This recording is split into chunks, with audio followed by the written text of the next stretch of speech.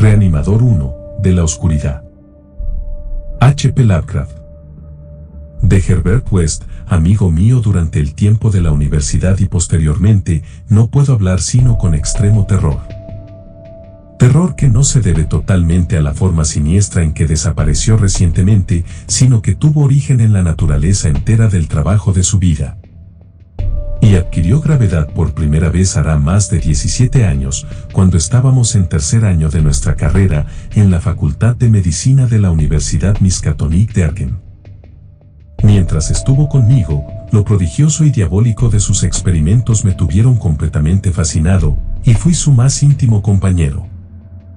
Ahora que ha desaparecido y se ha roto el hechizo, mi miedo es aún mayor. Los recuerdos y las posibilidades son siempre más terribles que la realidad. El primer incidente horrible durante nuestra amistad supuso la mayor impresión que yo había llevado hasta entonces, y me cuesta tenerlo que repetir. Ocurrió, como digo, cuando estábamos en la Facultad de Medicina, donde West se había hecho ya famoso con sus descabelladas teorías sobre la naturaleza de la muerte y la posibilidad de vencerla artificialmente. Sus opiniones, muy ridiculizadas por el profesorado y los compañeros, giraban en torno a la naturaleza esencialmente mecanicista de la vida. Y se referían al modo de poner en funcionamiento la maquinaria orgánica del ser humano mediante una acción química calculada después de fallar los procesos naturales. Con el fin de experimentar diversas soluciones reanimadoras, había matado y sometido a tratamiento a numerosos conejos, cobayas, gatos, perros y monos, hasta convertirse en la persona más enojosa de la facultad. Varias veces había logrado obtener signos de vida en animales supuestamente muertos, en muchos casos, signos violentos de vida. Pero pronto se dio cuenta de que la perfección, de ser efectivamente posible, comportaría necesariamente toda una vida dedicada a la investigación. Asimismo, vio claramente que, puesto que la misma solución no actuaba del mismo modo en diferentes especies orgánicas, necesitaba disponer de sujetos humanos y quería lograr nuevos y más especializados progresos. Y aquí es donde chocó con las autoridades universitarias y le fue retirado el permiso para efectuar experimentos, nada menos que por el propio decano de la Facultad de Medicina, el sabio y bondadoso Dr. Alan Hales, cuya obra en pro de los enfermos es recordada por todos los vecinos antiguos de Arkham. Yo siempre me había mostrado excepcionalmente tolerante con los trabajos de West, y a menudo hablábamos de sus teorías, cuyas derivaciones y corolarios eran casi infinitos, sosteniendo con Haeckel que toda vida es un proceso químico y físico, y que la supuesta alma es un mito. Mi amigo creía que la reanimación artificial de los muertos podía depender solo del estado de los tejidos, y que, a menos que se hubiese iniciado una verdadera descomposición, todo cadáver totalmente dotado de órganos era susceptible de recibir mediante el adecuado tratamiento esa condición peculiar que se conoce como vida. West comprendía perfectamente que el más ligero deterioro de las células cerebrales ocasionadas por un periodo letal incluso fugaz podía dañar la vida intelectual y psíquica. Al principio, tenía esperanzas de encontrar un reactivo capaz de restituir la vitalidad antes de la verdadera aparición de la muerte. Y solo los repetidos fracasos en animales le habían revelado que eran incompatibles los movimientos vitales naturales y los artificiales. Entonces se procuró ejemplares extremadamente frescos y les inyectó sus soluciones en la sangre inmediatamente después de la extinción de la vida. Tal circunstancia volvió enormemente escépticos a los profesores, ya que entendieron que en ningún caso se había producido una verdadera muerte. No se pararon a considerar la cuestión detenida y razonablemente. Poco después de que el profesorado le prohibiese continuar sus trabajos, West me confió su decisión de conseguir ejemplares frescos de una manera o de otra, y de reanudar en secreto los experimentos que no podía realizar abiertamente. Era horrible oírle hablar sobre el medio y manera de conseguirlos. En la facultad nunca habíamos tenido que ocuparnos nosotros de allegar ejemplares para las prácticas de anatomía. Cada vez que mermaba el depósito, 2 negros de la localidad se encargaban de subsanar este déficit sin que se les preguntase jamás su procedencia. West era por entonces joven, delgado y con gafas, de facciones delicadas, pelo amarillo, ojos azul pálido y voz suave. Y era extraño oírle explicar cómo la fosa común era relativamente más interesante que el cementerio perteneciente a la Iglesia de Cristo, dado que casi todos los cuerpos de la Iglesia de Cristo estaban embalsamados, lo cual, evidentemente, hacía imposibles las investigaciones de West. Por entonces era yo su ferviente y cautivado auxiliar, y lo ayudé en todas sus decisiones. No solo en las que se referían a la fuente de abastecimiento de cadáveres, sino también en las concernientes al lugar adecuado para nuestro repugnante trabajo. Fui yo quien pensó en la granja deshabitada de Chapman, al otro lado de Meadow Hill. Allí habilitamos una habitación de la planta baja para sala de operaciones y otra para laboratorio, dotándolas de gruesas cortinas a fin de ocultar nuestras actividades nocturnas. El lugar estaba retirado de la carretera y no había casas a la vista. De todos modos, había que extremar las precauciones, ya que el más leve rumor sobre extrañas luces que cualquier caminante nocturno hiciese correr podía resultar catastrófico para nuestra empresa. Si llegaban a descubrirnos, acordamos decir que se trataba de un laboratorio químico. Poco a poco equipamos nuestra siniestra guarida científica con materiales comprados en Boston o sacados a escondidas de la facultad, materiales cuidadosamente camuflados, a fin de hacerlos irreconocibles, salvo para ojos expertos, y nos proveímos de palas y picos para los numerosos enterramientos que tendríamos que efectuar en el sótano. En la facultad había un incinerador, pero un aparato de ese género era demasiado costoso para un laboratorio clandestino como el nuestro. Los cuerpos eran siempre un engorro. Incluso los minúsculos cadáveres de cobaya de los experimentos secretos que West realizaba en su habitación de la pensión donde vivía. Seguíamos las noticias necrológicas locales como vampiros, ya que nuestros ejemplares requerían condiciones determinadas. Lo que queríamos eran cadáveres enterrados poco después de morir y sin preservación artificial alguna, preferiblemente exentos de malformaciones morbosas y, desde luego, con todos los órganos.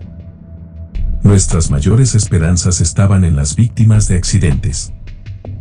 Durante varias semanas no tuvimos noticias de ningún caso apropiado, aunque hablábamos con las autoridades del depósito y del hospital, fingiendo representar los intereses de la facultad.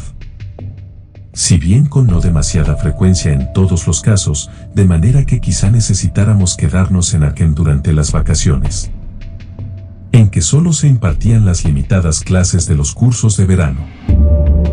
Al final nos sonrió la suerte, pues un día nos enteramos de que iban a enterrar en la fosa común un caso casi ideal. Un obrero joven y fornido que se había ahogado el día anterior en Summerspan, al que habían enterrado sin dilaciones ni embalsamamientos, por cuenta de la ciudad. Esa tarde localizamos la nueva sepultura y decidimos empezar a trabajar poco después de la medianoche. Fue una labor repugnante la que acometimos en la oscuridad de las primeras horas de la madrugada. Aun cuando en aquella época no teníamos ese horror especial a los cementerios que nuestras experiencias posteriores nos despertó. Llevamos palas y lámparas de petróleo porque, si bien ya había linternas eléctricas entonces, no eran tan satisfactorias como esos aparatos de tungsteno de hoy día. El trabajo de exhumación fue lento y sórdido, podía haber sido horriblemente poético. Si en vez de científicos hubiéramos sido artistas, sentimos alivio cuando nuestras palas chocaron con madera. Una vez que la caja de pino quedó enteramente al descubierto, bajó West, quitó la tapa, sacó el contenido y lo dejó apoyado. Me incliné, lo agarré, y entre los dos lo sacamos de la fosa. A continuación, trabajamos denodadamente para dejar el lugar como antes. La empresa nos había puesto algo nerviosos, sobre todo, el cuerpo tieso y la cara inexpresiva de nuestro primer trofeo, pero nos las arreglamos para borrar todas las huellas de nuestra visita. Cuando quedó aplanada la última paletada de tierra, metimos el ejemplar en un saco de lienzo y emprendimos el regreso hacia la granja del viejo Chapman, al otro lado de Meadow Hill.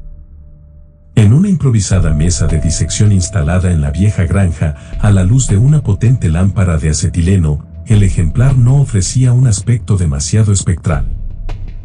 Había sido un joven robusto y poco imaginativo, al parecer un tipo saludable y plebeyo, constitución ancha, ojos grises y cabello castaño, un animal sano, sin complejidades psicológicas. Y probablemente con unos procesos vitales de lo más simple y sanos. Ahora bien, con los ojos cerrados parecía más dormido que muerto, sin embargo, la prueba experta de mi amigo disipó enseguida toda duda al respecto. Al fin teníamos lo que West siempre había deseado.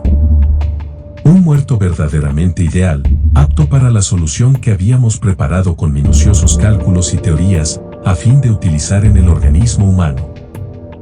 Nuestra tensión era enorme.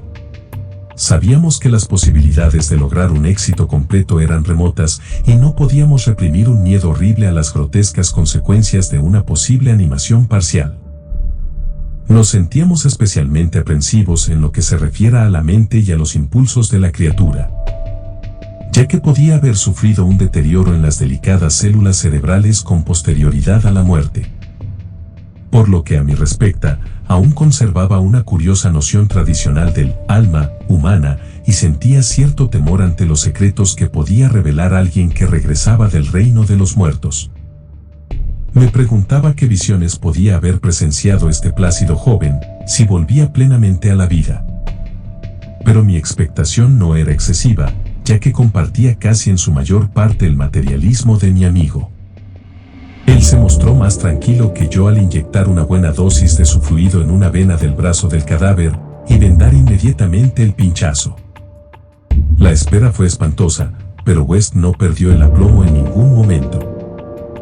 De cuando en cuando aplicaba su estetoscopio al ejemplar y soportaba filosóficamente los resultados negativos. Al cabo de unos 3/4 de hora, viendo que no se producía el menor signo de vida, declaró decepcionado que la solución era inapropiada. Sin embargo, decidió aprovechar al máximo esta oportunidad y probar una modificación de la fórmula antes de deshacerse de su macabra presa. Esa tarde habíamos cavado una sepultura en el sótano y tendríamos que llenarla al amanecer, pues, aunque habíamos puesto cerradura a la casa, no queríamos correr el más mínimo riesgo de que se produjera un desagradable descubrimiento. Además, el cuerpo no estaría ni medianamente fresco a la noche siguiente. De modo que trasladamos la solitaria lámpara de acetileno al laboratorio contiguo, dejando a nuestro mudo huésped a oscuras sobre la losa y nos pusimos a trabajar en la preparación de una nueva. Tras comprobar West el peso y las mediciones casi con fanático cuidado. El espantoso suceso fue repentino y totalmente inesperado. Yo estaba vertiendo algo de un tubo de ensayo a otro. Y West se encontraba ocupado con la lámpara de alcohol, que hacía las veces de mechero Bunsen en ese edificio sin instalación de gas cuando de la habitación que habíamos dejado a oscuras brotó la más horrenda y demoníaca sucesión de gritos jamás oída por ninguno de los dos.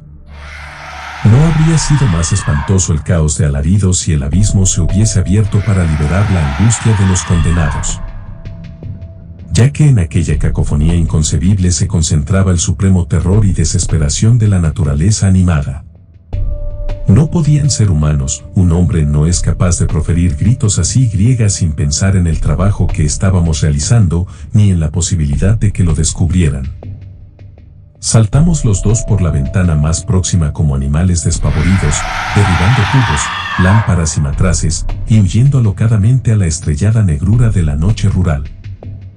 Creo que gritamos mientras corríamos frenéticamente hacia la ciudad. Aunque al llegar a las afueras adoptamos una actitud más contenida. Lo suficiente como para pasar por un par de juerguistas trasnochadores que regresaban a casa después de una francachela. No nos separamos, sino que nos refugiamos en la habitación de West, y allí estuvimos hablando, con la luz de gas encendida, hasta que amaneció.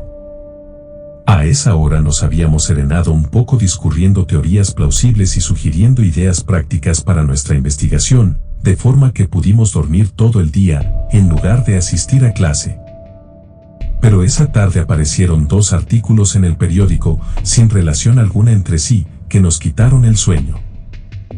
La vieja casa deshabitada de Chapman había ardido inexplicablemente, quedando reducida a un informe montón de cenizas. Eso lo entendíamos, ya que habíamos volcado la lámpara. El otro informaba que habían intentado abrir la reciente sepultura de la fosa común, como hurgando en la tierra vanamente y sin herramientas. Esto nos resultaba incomprensible, ya que habíamos aplanado muy cuidadosamente la tierra húmeda. Y durante 17 años West anduvo mirando por encima del hombro y quejándose de que le parecía oír pasos detrás de él. Ahora ha desaparecido.